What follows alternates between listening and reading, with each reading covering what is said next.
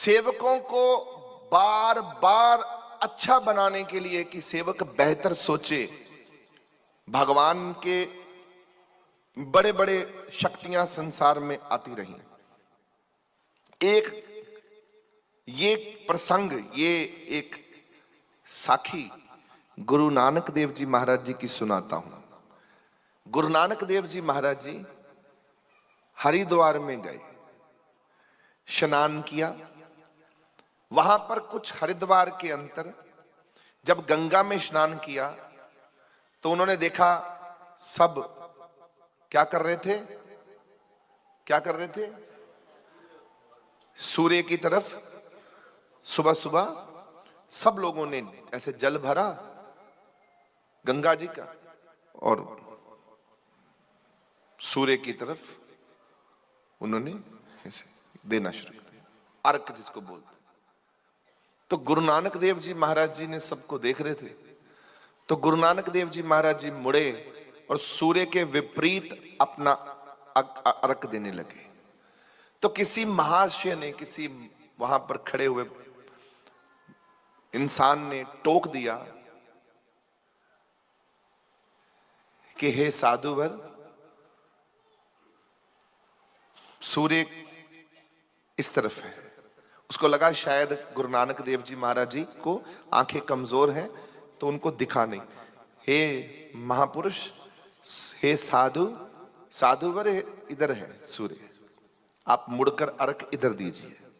गुरु नानक देव जी बोले, हाँ मुझे मालूम है कि सूर्य उधर है, पर मैं अर्क जो दे रहा हूं,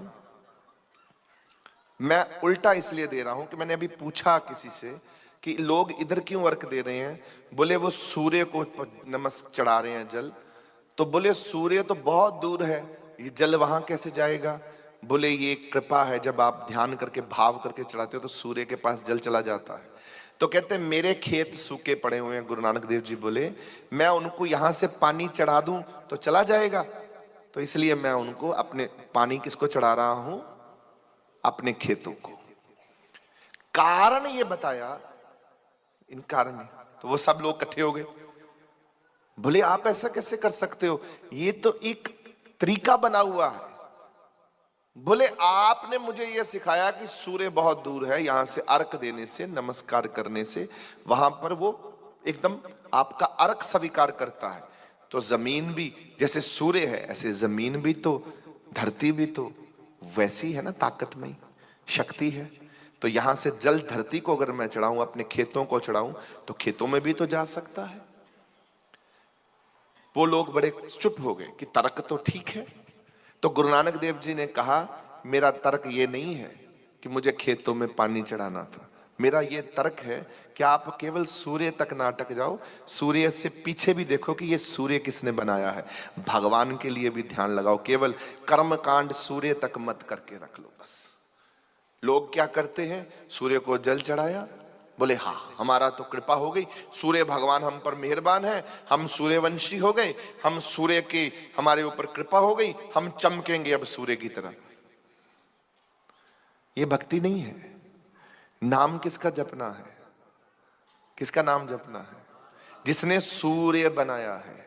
किसका नाम जपना है, चंद्रमा बनाया है। किसका नाम जपना है, जिसने धरती बनाई है।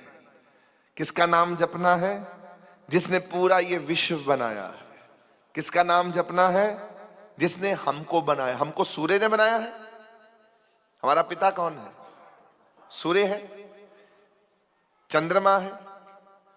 हमारा पिता कौन है, ईश्वर अंश जीव अविनाशी। ये देखो इतनी सी कहानी गुरु नानक देव जी ने हरिद्वार वालों को सिखा दी कि आप वहां तक भी पहुंच सकते हो जो भगवान है। सूर्य को बनाने वाला कौन है उसके बारे में सोचो, बस इतना चिंतन ही तो करना।